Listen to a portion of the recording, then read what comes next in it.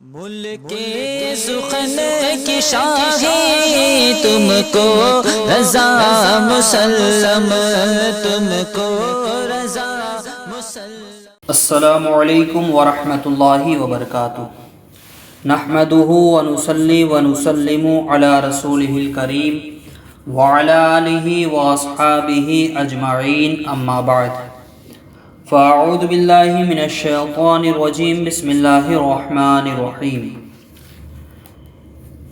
ان ینصرکم اللہ فلا غالب لکم وان یخذلکم فمن ذا الذی ینصرکم من بعدہ وعلی اللہ فلیتوکل المؤمنون۔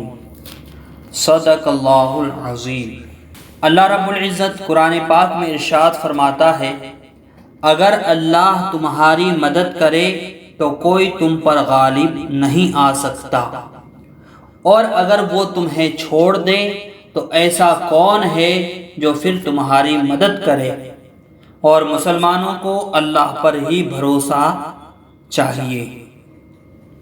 حدیث پاک میں ہے، ام المؤمنین حضرت عائشہ صدیقہ رضی اللہ تعالی عنہا فرماتی ہیں کہ عرب کے کسی قبیلے میں ایک حبشی لونڈی تھی۔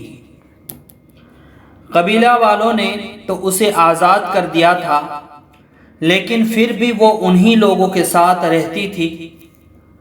اس نے بتایا، حضرت عائشہ فرماتی ہے کہ اس نے بتایا کہ ایک دن اس قبیلے کی ایک لڑکی باہر نکلی۔ وہ سرخ رنگ کا جڑا ہوا ہار پہنے ہوئی تھی۔ اتفاق سے وہ ہار گم ہو گیا۔ اب یا تو اس لڑکی نے اس ہار کو کہیں رکھ دیا تھا، یا تو وہ بھول گئی تھی، یا وہ ہار کہیں گر گیا تھا۔ جہاں وہ ہار پڑا تھا وہاں سے ایک چیل کا گزر ہوا، اور اس نے اس سرخ ہار کو گوشت سمجھ کر اچانک لے لیا اور اسے لے کر چلی گئی۔ وہ حبشی عورت حضرت عائشہ صدیقہ رضی اللہ تعالی عنہا سے کہتی ہے کہ لوگوں نے اس ہار کو بہت تلاش کیا مگر کہیں نہیں ملا۔ اب قبیلے والوں نے اس حبشی عورت پر ہار چرانے کا الزام لگا دیا، اور کہتی ہیں کہ مجھے خوب مارا، خوب پیٹا، پھر وہ لوگ میری تلاشی لینے لگے، یہاں تک کہ میری شرمگاہ کی بھی تلاشی لے ڈالی۔ اللہ اکبر۔ جس وقت مجھ پر ظلم و ستم ڈھایا جا رہا تھا اور لوگ میرے ارد گرد جمع تھے، قسم خدا کی میں ان کے پاس ابھی کھڑی ہی تھی کہ اچانک ایک چیل اڑتی ہوئی آئی اور اسی ہار کو ہمارے سروں پر ڈال دیا۔ اس ہار کو انہوں نے لے لیا۔ اب میں نے ان لوگوں سے کہا، کیوں؟ یہی ہے نا وہ ہار جس کے چرا لینے کا الزام آپ لوگ مجھ پر لگایا کرتے تھے، حالانکہ میں اس جرم سے بری ہوں۔ حضرت ام المؤمنین سیدہ عائشہ صدیقہ رضی اللہ تعالی عنہا فرماتی ہے کہ پھر وہ لڑکی سرکار دو عالم صلی اللہ تعالی علیہ وسلم کی خدمت میں حاضر ہوئی اور مشربہ اسلام ہو گئی۔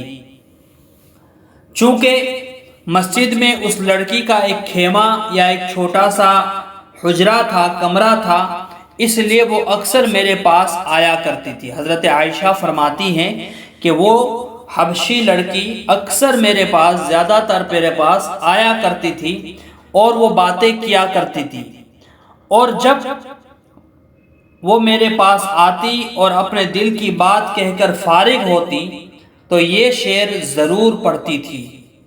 کون سا شعر؟ وَيَوْمُ الْوِشَاحِ مِن تَعَاجِبِ رَبِّنَا أَلَا إِنَّهُ مِن بَلْدَةِ الْكُفْرِ أَنْجَانِي۔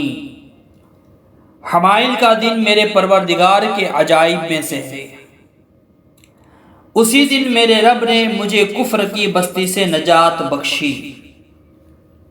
حضرت ام المؤمنین عائشہ صدیقہ رضی اللہ تعالی عنہا فرماتی ہیں کہ ایک دن میں نے اس لڑکی سے پوچھ لیا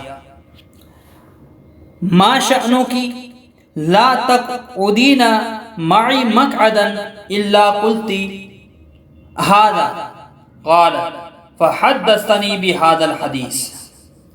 حضرت عائشہ فرماتی ہے کہ میں نے اس لڑکی سے پوچھا کیا وجہ ہے جب بھی تم میرے پاس آ کر بیٹھتی ہو تو یہ شعر ضرور پڑھتی ہو؟ ام المؤمنین فرماتی ہے کہ میرے پوچھنے پر اس نے مجھے اپنا یہ ہار والا واقعہ بنایا، یعنی کہ یہ ہار ملنا یہ میرے اسلام لانے کا سبب ہوا۔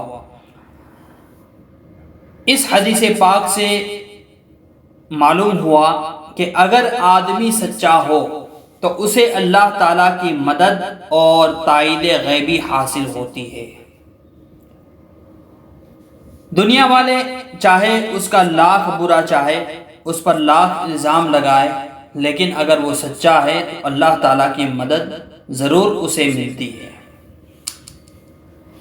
اور اس سے یہ بات بھی معلوم ہوئی کہ صرف گمان کی بنیاد پر بغیر کسی تفتیش و تحقیق اور بغیر ثبوت کے کسی پر بھی چوری وغیرہ کا جھوٹا الزام لگانا سخت گناہ اور شرمندگی کا سبب ہے۔